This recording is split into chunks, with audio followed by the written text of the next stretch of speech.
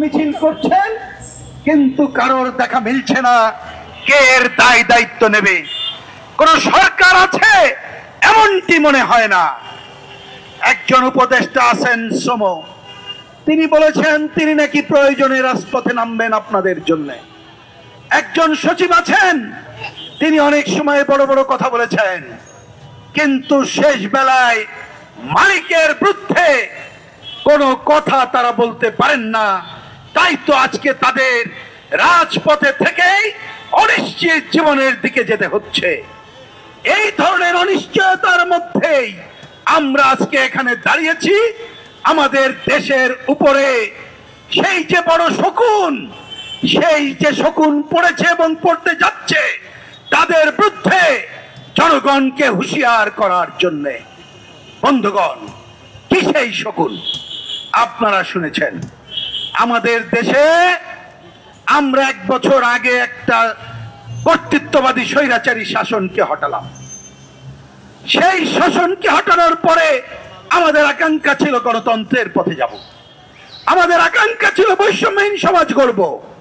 যদিও এই সরকার বৈষম্যহীন সমাজ গড়বে এটি আমরা ভাবি নাই, কিন্তু ন্যূনতম আকাঙ্ক্ষা ছিল অতীতের স্বৈরাচারের পথে অন্তত পক্ষে না হেঁটে একটা ভালো নির্বাচন দিয়ে তারা শান্তিপূর্ণভাবে ক্ষমতা হস্তান্তর করবে। কিন্তু আমরা দেখলাম নির্বাচনের খোঁজ নাই, অন্তর্বর্তীকালীন সরকারের যা কাজ না সেই কাজে সে গুরুত্ব দিয়ে আগাচ্ছে। তার মধ্যে একটা কি, আমাদের দেশের উপরে মার্কিন সাম্রাজ্যবাদ এবং আধিপত্যবাদী শক্তি যাতে রাজত্ব করতে পারে তার জন্য তারা দাসখত লিখে দেওয়ার পরিক্রমা করছে। আপনারা নিশ্চয়ই খবর রাখেন, ওরা আজকে এমন ভাবে করছে, এটা নতুন কর্তৃত্ববাদ, নতুন ভয়ের চেহারা। সেইটা কি শুনবেন? ওরা এই যে আমরা এখানে কথা বলছি, আগের কি করত? এটাকে পাত্তা দিত না, অথবা এই সমাবেশে কারোর সমাবেশ ভেঙে দিত, অথবা যারা কথা বলতো তাদের বিরুদ্ধে ব্যবস্থা নিত। আর এই সরকার কানে দিয়েছে তুলো, পিঠে দিয়েছে কুলো। যে যত কথা বলুক সে কিছু শুনবে না, নিজের কাজ সে করে যাবে। আমাকে কেউ প্রশ্ন করতে পারেন, ভাই এটা আপনি বুঝলেন কেমনে? আমি অনেক উদাহরণ দিতে পারি, একটা উদাহরণ দেই। আপনারা দেখেছেন না কয়দিন আগে, গত মাসে আমরা ঢাকা থেকে ওই চট্টগ্রামে রোড মার্চ করলাম, মনে আছে না? দাবি কি ছিল? চট্টগ্রাম বন্দর, যেটা আমাদের সার্বভৌমত্বের সাথে জড়িত, আমাদের হৃৎপিণ্ড, যে চট্টগ্রাম বন্দর লাভজনক, ওই বন্দরকে বিদেশের কাছেই যারা দিয়ে দেওয়া হবে, আমরা তার বিরুদ্ধে রোড মার্চ করলাম। সরকার কোনো কথা বললেন না। আমরা হয়তো অনেকে ভাবলাম হয়তোবা সরকার মনে মনে দাবি মেনে নেবেন, কিন্তু দেখলাম সরকার পরিষ্কার করে বললেন 6 মাস নৌবাহিনী চালাবে, তারপরে ওই বিদেশি কোম্পানিকে যারা দেব। ওনাদের একজন উপদেষ্টা আছে যিনি শ্রম উপদেষ্টাও, তিনি বললেন আমি হিসাব নিকাশ করে দেখেছি ওই বিদেশকে দেওয়া ছাড়া উপায় নেই, তাদেরকেই দেব। তার মানে কি বুঝলেন? ওনারা কিন্তু চুপ থাকবে, কথা শুনবে না, নিজের কাজ করে যাবে। আর এই নিজের কাজ করতে যে জনগণের যে 12টা বাজাই দিচ্ছে, এটাই তো আমরা দেখতে পাচ্ছি। বন্দরের কথা বললাম, আপনারা শোনেন নাই?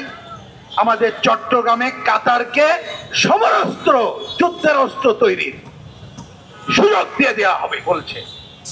আপনারা শোনেন না স্টারলিংক, ওই যে ওয়াইফাই ব্যবহার করি, তারা দ্রুততম সময় বাংলাদেশে আসলো।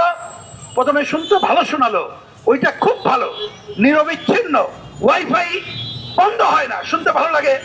কিন্তু এখানে যারা আছেন স্টারলিংকের কেউ গ্রাহক আছেন, ওইটাও অনেক টাকা লাগে। ইচ্ছা করলো আপনি আমি পারবো না, সেইটা বড় কথা না। বড় কথা কি জানেন? শোনেন, ওই স্টারলিংকের ব্যবসা যারা করে, তার একজন নারী কিছুদিন আগে আসছিল, ইউনূস সাহেবের সাথে দেখা করছে। কি বলছে শুনবেন? উনি ইউনূস সাহেবকে ধন্যবাদ জানাই, বলছে পৃথিবীর 150টা দেশে আমরা ব্যবসা করি, কিন্তু বাংলাদেশ যত দ্রুত আমাদেরকে এই ব্যবসার সুযোগ করে দিয়েছেন, পৃথিবীতে কেউ দেয় নাই। কি বুঝলেন? আপনাদের শ্রমিকদের দাবি মানে না, আর ওনারা দ্রুত ব্যবসার সুযোগ দিয়ে দেয়। এইটা হচ্ছে অন্য খেলা। উদাহরণ দেই, কয়দিন আগে ইরানে আক্রমণ শুনলেন না? আক্রমণ করছিল ইরানে, তখন এই ওয়াইফাই ওপেন করে দেওয়া হয়েছিল। কি জন্য জানেন? যাতে করে জনগণের উপরে নজরদারি করা যায়, আমেরিকা ইসরায়েল হামলা করতে পারে। তার মানে আমাদের সার্বভৌমত্বের উপরে আঘাতের জন্য স্টারলিংকে দ্রুততার সাথে কাজ দেওয়া। শুধু তাই না, রাখাইনে করিডোর শুনেছেন, আমি কথা বলাতে চাই না, ওইখানে যুদ্ধ অবস্থা বিরাজ করছে। আমাদের দেশে এক ধরনের যুদ্ধের মধ্যে নিয়ে আসছে। মায়ানমারে একটা সরকার আছে, কিন্তু আমেরিকান এইখানে প্রভাব বিস্তার করতে চায়, বাংলাদেশে আধিপত্য কায়েম করতে চায়, ভূরাজনৈতিক কারণে বঙ্গোপসাগরে তার নিরঙ্কুশ আধিপত্য বিস্তার করতে চায়। এই জন্য সে করিডোর দেওয়ার কথা বলে। আমাদের উপদেষ্টা বললেন যেটা আমরা নীতিগতভাবে সম্মত হয়েছি, চুপচাপ আছে, চুপচাপ কিন্তু নাই। আমি আগেই বলেছি, এই সরকারের খেলা ভিন্ন, কোনো কথা শুনবে না, কাজটা করে ফেলবে। ওইটা দেওয়ার মধ্য দিয়ে আমাদের সার্বভৌমত্ব বিপন্ন করা হবে। তাহলে এই কাজগুলো কি ভালো মনে হয়?